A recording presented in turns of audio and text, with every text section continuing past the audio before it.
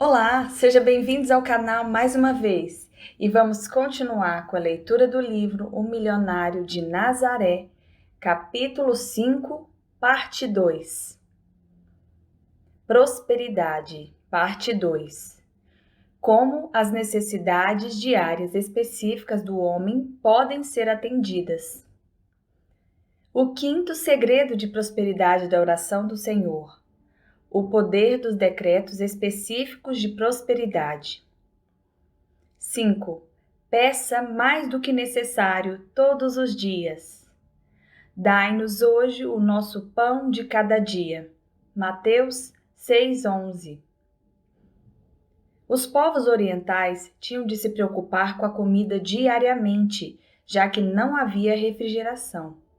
Não importa o que fosse servido, um bom anfitrião não poderia conceber a ideia de oferecer uma refeição a seus convidados sem que houvesse uma grande quantidade de pão em sua mesa. Era o alimento básico. A abundância de pães indicava também uma abundante prosperidade. Na tradução do grego, a expressão pão diário significa supervolumoso, ou mais do que necessário. A oração de Jesus dizia então: dai-nos hoje o nosso supervolumoso pão, ou mais do que necessitamos. Jesus sabia que o Pai rico e amoroso, que criou os nossos corpos, preocupava-se também com as nossas necessidades físicas. O corpo é o templo da existência de Deus e por isso deveria ser respeitado como tal. Metafisicamente, a palavra pão simboliza a rica substância do universo. Dai-nos hoje o nosso pão de cada dia era um decreto para que Deus desse-nos hoje a provisão diária de substância ilimitada do universo rica e apropriadamente. E por que não? A abundância existente na Terra é assombrosa. Se considerarmos a quantidade de alimento consumida pelos pássaros todos os dias e quanto teríamos de gastar se tivéssemos de pagar por ela, os números seriam astronômicos. Nenhum país do mundo seria capaz de pagar por tanta comida. Ainda assim, as aves conseguem viver bem com a abundância universal. A provisão de Deus é gigantesca. É o homem que limita a aceitação da abundância universal em sua vida. Portanto, pensemos em Deus nos termos mais grandiosos possíveis. Em seguida, pensemos em nossa própria natureza espiritual de maneira igualmente grandiosa. Deus é maravilhoso, magnífico, ilimitado, e todas as suas bênçãos são destinadas a nós. O segredo de Jesus para manifestar ricas provisões. Jesus usa a primeira metade da oração do Senhor, lembrando a si mesmo e a seus seguidores da infinita bondade da natureza de Deus e da disponibilidade humana para tanta abundância. Já na segunda metade da oração, Jesus trata das necessidades diárias e práticas do homem e do desejo de nosso Pai amoroso em atendê-las no momento em que o homem pede sua ajuda. Prosperidade, perdão, proteção e desprendimento são suas promessas. Eis a fórmula de prosperidade de Jesus que encontramos na oração do Senhor. Na primeira metade, Deus é reconhecido como a fonte de provisões e a disponibilidade do homem em relação a ela é garantida. Na segunda metade, Jesus é mais específico e descreve de que maneira as necessidades diárias do homem podem ser atendidas por essa rica fonte. O segredo para que provisões ilimitadas se manifestem é que não basta reconhecermos Deus como a fonte de nossas provisões, pois assim apenas deixaremos os bens desejados no plano da substância invisível. Portanto, depois de tal reconhecimento, devemos clamar por nossas provisões de forma definida e específica. Com isso, os caminhos se abrirão. Dai-nos hoje o nosso pão de cada dia é oração poderosa de prosperidade porque abre nossas mentes para que recebamos especificamente a riqueza do universo imediatamente. Como uma dona de casa, manifestou alimentos em abundância no momento em que estava desempregada. A palavra pão em aramaico também significa alimento. É reconfortante perceber que, bem no meio da oração do Senhor, Jesus preocupou-se com a luta diária de seus seguidores e reconheceu o poder do rico pai em atender suas necessidades mundanas com mais do que precisavam. Uma dona de casa do Arizona usou essa fórmula de sucesso para prosperar em um momento crucial de sua vida. Meu marido ficou desempregado por um período. Minha irmã, seu marido e filho tinham vindo morar conosco. Contando com meus filhos, eram 8 pessoas, sem trabalho ou dinheiro. A despensa estava vazia. Certo dia, minha irmã e eu afirmamos juntas: dai-nos hoje o nosso pão de cada dia. No dia seguinte, um vizinho trouxe-nos o equivalente a $20 em pão. Outro vizinho mandou-nos um pão de passas e nossas orações foram literalmente atendidas. Foi maravilhoso, mas não tínhamos manteiga para passar nos pães. Por isso, dessa vez, a minha irmã e eu afirmamos: dai-nos hoje nosso pão, manteiga e carne de cada dia. Limpei então meu freezer vazio, preparando-o para receber o que havia pedido com tanta ousadia. Que os alimentos se manifestem agora. Nos 2 dias que se seguiram, as coisas começaram a mudar. O pastor de nossa igreja soube que meu marido não estava trabalhando e gentilmente veio nos visitar. Ofereceu-nos $10 e um peru que havia ganhado de um dos membros da congregação. Passei a declarar: louva a Deus, de quem fluem todas as bênçãos. E o fluxo começou. Um vizinho trouxe-nos 2 perus, uma caixa cheia de alimentos em lata e um pacote transbordando de mantimentos. Minha mãe enviou-nos $20. Recebemos 3 caixas de alimento de uma organização filantrópica internacional. Os Elks, uma organização do mesmo tipo, ofereceu-nos $25 em cupons que poderíamos trocar por alimentos. A escola dominical de nossa igreja decidiu ajudar nas despesas. Quando um dos membros chegou à minha casa com seu caminhão, pude contar 27 sacolas cheias de mantimentos, contendo óleo, 5 quilos de linguiça, 5 quilos de farinha de milho, 14 quilos de batatas frescas e 18 quilos de farinha de trigo. Havia também uma grande quantidade de leite em pó e 7 quilos de margarina. A nossa geladeira, em pouco tempo, ficou repleta de carne, legumes e suco.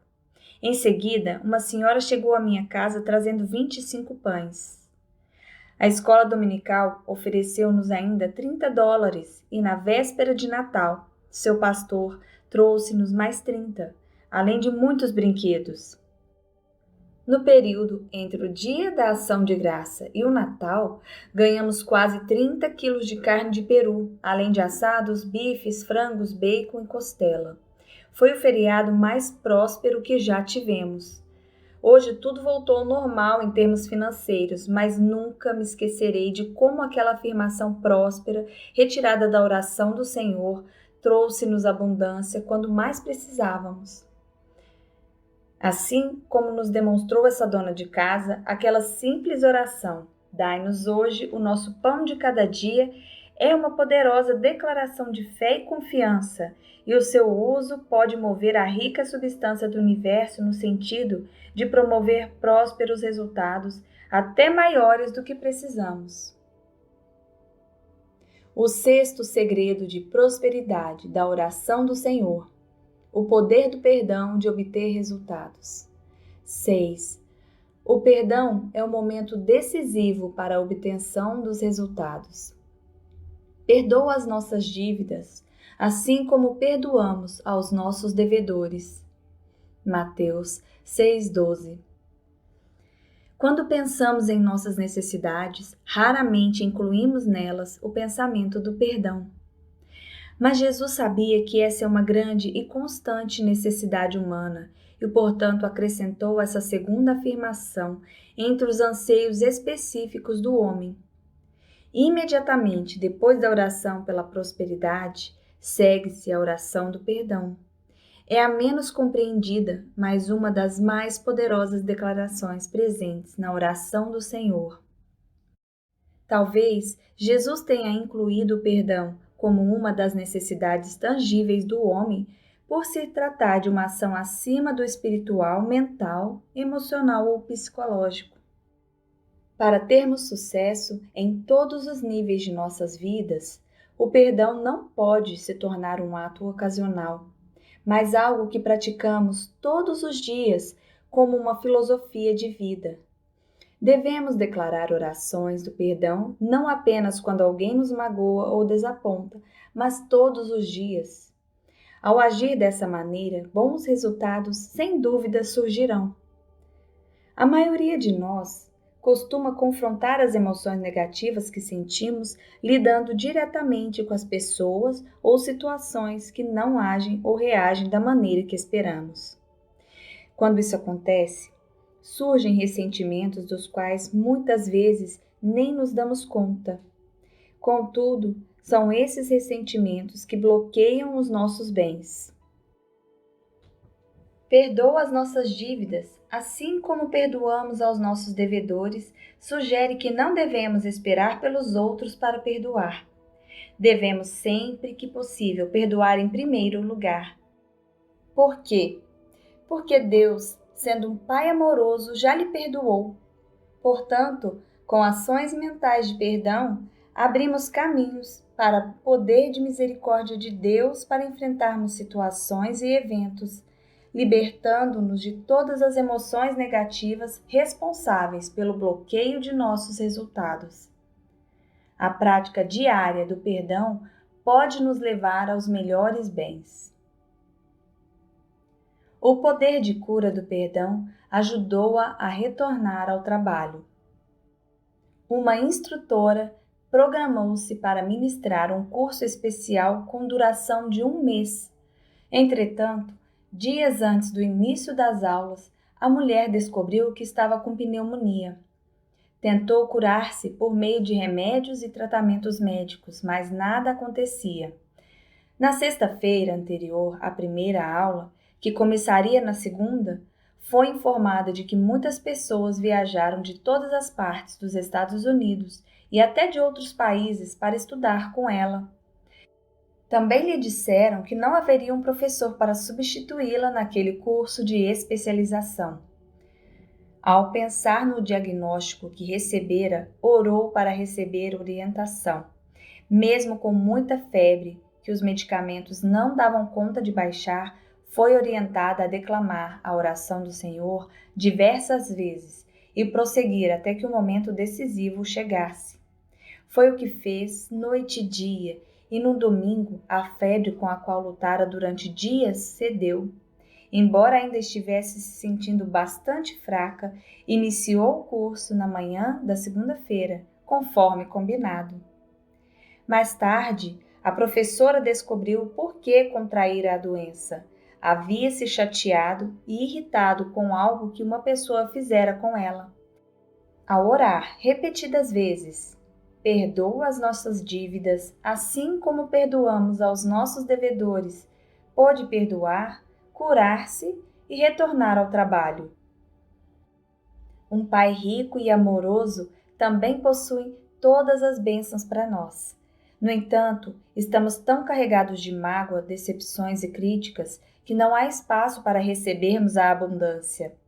O perdão abre caminhos para que obtenhamos a fortuna que Deus nos reserva. Ao relaxar nosso pensamento por meio da prática diária do perdão, ficamos livres para receber a abundância provida por Deus, que muitas vezes surge de maneira inesperada. O sétimo segredo de prosperidade da oração do Senhor.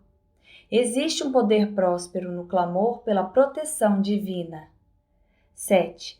Podemos nos proteger de todos os problemas da vida e receber divinamente os melhores bens quando clamamos por isso. E não nos deixeis cair em tentação, mas livra-nos do mal. Mateus 6,13. Um Pai amoroso não nos deixa cair em tentação, nem nos esquece ali. Segundo sua raiz, não nos deixeis cair em tentação significa testar. Jesus queria dizer, não nos deixeis em provação. Era uma oração para pedir proteção. Conforme expandimos o nosso pensamento e o nosso mundo, poderemos nos deparar com períodos de provações, mas eles virão para o seu bem. Podem até mesmo ser necessários para o crescimento e desenvolvimento de nossa alma. Eles fazem com que obtenhamos uma força interna que não conseguiríamos adquirir de nenhuma outra maneira. Os testes e provações não aparecem para machucar-nos, ferir-nos ou nos destruir, mas para nos tornar mais sábios, mais fortes, mais seguros de nossos poderes mentais internos e mais capazes de enfrentar vitoriosamente as experiências da vida.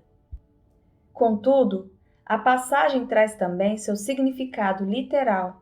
Não nos deixeis cair em tentação, mas livra-nos do mal.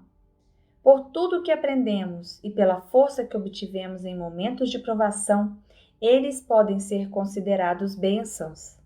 Porém, uma vez que a lição foi absorvida, devemos nos livrar de tudo. Os períodos de poda servem para que os frutos cresçam mais e mais. Porém, assim que a poda é concluída, devemos interrompê-la para que os frutos surjam conforme desejamos.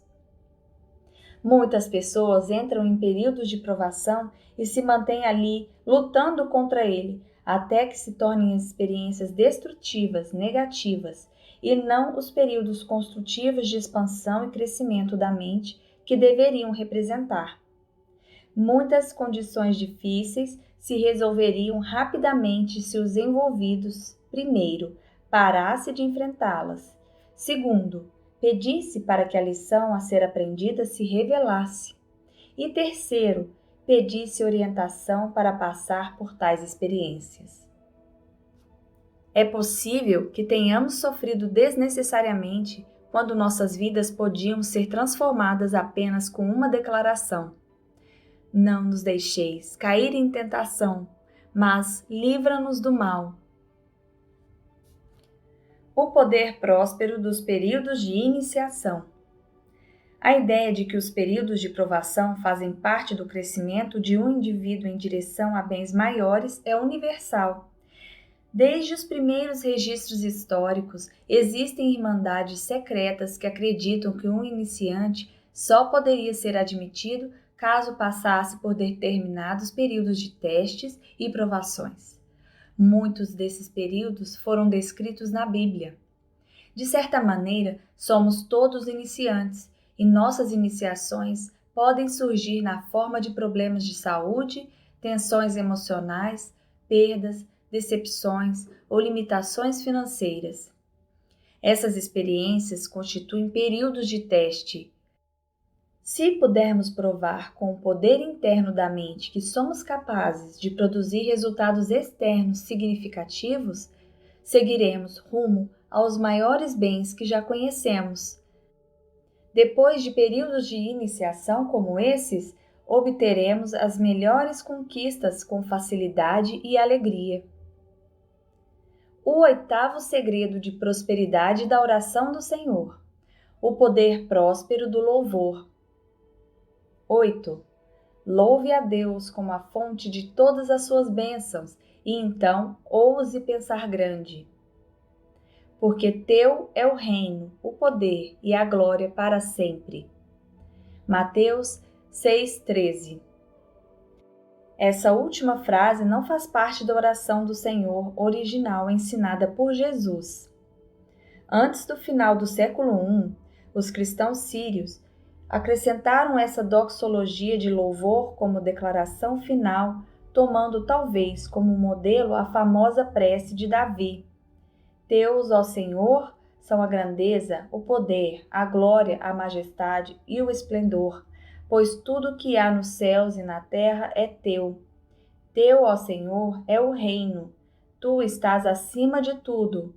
A riqueza e a honra vêm de ti. Talvez você esteja questionando se esses primeiros cristãos tinham o direito de adicionar esse louvor e a palavra amém ao final da oração do Senhor. Mas acredito que foi uma atitude sábia. A frase acrescenta poder à oração e nos lembra mais uma vez sobre a bondade de Deus em nos ajudar, porque teu é o reino, o poder e a glória para sempre. Trata-se da reafirmação da primeira metade da oração do Senhor, que descreve a bondade da natureza de Deus presente no homem, imanente, e no universo, transcendente. O fato de a oração do Senhor começar e terminar com uma descrição da natureza de Deus e de sua bondade com os homens é significativo. A última frase encerra a oração não com um problema, mas lembrando aos homens mais uma vez sobre a bondade de Deus para com eles. Ao perceber tudo isso, o homem pode aceitar melhor mentalmente as respostas às suas preces. A força para superar as dificuldades da vida é reunida através da repetição da bondade de Deus. Se puder perceber a importância dessa última sentença na oração do Senhor, os sofrimentos, problemas e fardos desaparecerão de sua vida como a névoa matinal. O filósofo persa Khalil Gibran escreve em seu The Prophet: oramos em momentos de angústia e de necessidade. Será que não podemos fazer o mesmo na plenitude de nossa alegria ou em dias em que o sol brilha? Insistir no uso da sentença de louvor que encerra a oração do Senhor pode melhorar ainda mais a plenitude de nossas alegrias e nossos dias de abundância.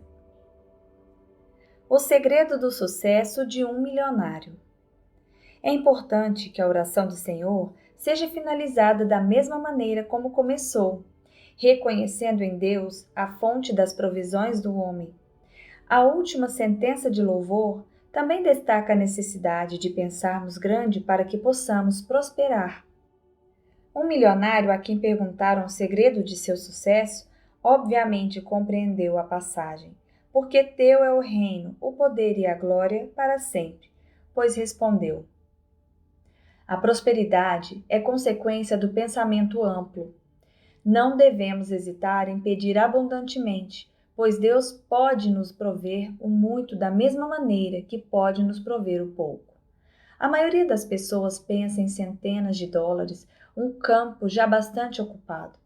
Há ainda os que pensam em milhares de dólares, um campo um pouco menos lotado. Porém, pouquíssimos pensam em termos milionários, a área de pensamento menos cheia, menos concorrida e na qual há mais espaço para que obtenhamos a prosperidade de forma mais ampla. Quando estiver buscando o desenvolvimento de sua consciência de prosperidade, declare sempre: porque teu é o reino, o poder e a glória para sempre. Dessa maneira, você considerará Deus como a fonte inesgotável de suas provisões e afirmará possuir um Pai amoroso e que tudo o que for dele será teu também. O nono segredo de prosperidade da oração do Senhor: o poder próspero da conclusão. 9. Os milagres geralmente acontecem depois que usamos palavras de conclusão. Amém. Mateus 6,13. A série de 8 corajosas afirmações presente na oração do Senhor é concluída com a palavra Amém, que significa assim seja, ou segundo tua fé nas ricas ideias, teu desejo será realizado. O termo Amém significa simplesmente que os bens se manifestem agora, isto é, a conclusão. Trata-se da garantia de que Deus pode nos proporcionar o melhor. Os primeiros cristãos escolheram finalizar a oração do Senhor com a palavra Amém para declarar que seus pedidos seriam atendidos. Conheciam o segredo. Uma situação pode se arrastar por tempo indeterminado, apenas aguardando que alguém diga Amém. Enquanto que, Quando pronunciamos termos de conclusão, podemos agilizar os resultados e muitas vezes milagres. Portanto, eis o último segredo de sucesso presente na oração do Senhor. Você também poderá atrair milagres em sua vida declarando a conclusão. Amém. Resumo: 1. A oração do Senhor é considerada um breve resumo das boas novas trazidas por Jesus através dos evangelhos. Alguns acreditam que a oração seja, por si só, um evangelho repleto de poderes de cura, harmonia e prosperidade. 2. As pessoas adotaram o hábito de repetir automaticamente as palavras da oração do Senhor de uma só vez, ao invés de pronunciá-las devagar e com autoridade. Portanto, não percebem seu poder milagroso de cura e prosperidade. 3. A oração do Senhor é um dos documentos espirituais mais importantes de todos os tempos, pois mostra ao homem como ser específico quanto à sua prosperidade e como obter o verdadeiro sucesso através de métodos espirituais. 4. As fórmulas de sucesso encontradas na oração do Senhor indicam algumas das mais importantes leis dinâmicas da prosperidade já oferecidas à humanidade. 5. A principal justificativa para o imenso poder da oração do Senhor é o fato de as necessidades internas e externas do homem estarem nelas incluídas. 6. Prosperidade, parte 1. Os benefícios internos. Das quase 70 palavras da oração do Senhor, as primeiras 26 se referem ao poder próspero da natureza de Deus, presente tanto no interior do homem quanto no universo. A. A verdadeira prosperidade tem base espiritual. B. Pensar insistentemente na bondade de Deus traz prosperidade. C. Clamar pelo reino de Deus é a oração mais abrangente para o sucesso. D. As boas coisas da vida são a vontade de Deus sobre seu ser. 7. Prosperidade, parte 2. Os benefícios externos. A segunda metade da oração do Senhor aborda as necessidades externas do homem quanto às orientações, perdão, prosperidade, proteção e resultados, e nos mostram como tais necessidades podem ser atendidas. Peça mais do que necessário todos os dias. F. O perdão é o momento decisivo para a obtenção de resultados. G. Há um poder próspero no clamor pela proteção divina. H. Louve a Deus como a fonte de todas as suas bênçãos, então ouse pensar grande. I. Os milagres geralmente acontecem depois que usamos palavras de conclusão. Fim do capítulo 5. Eu espero que vocês tenham gostado. Se vocês gostaram, curta, compartilhe, ajude outras pessoas a terem uma vida de abundância. Muito obrigada a todos e até o próximo vídeo!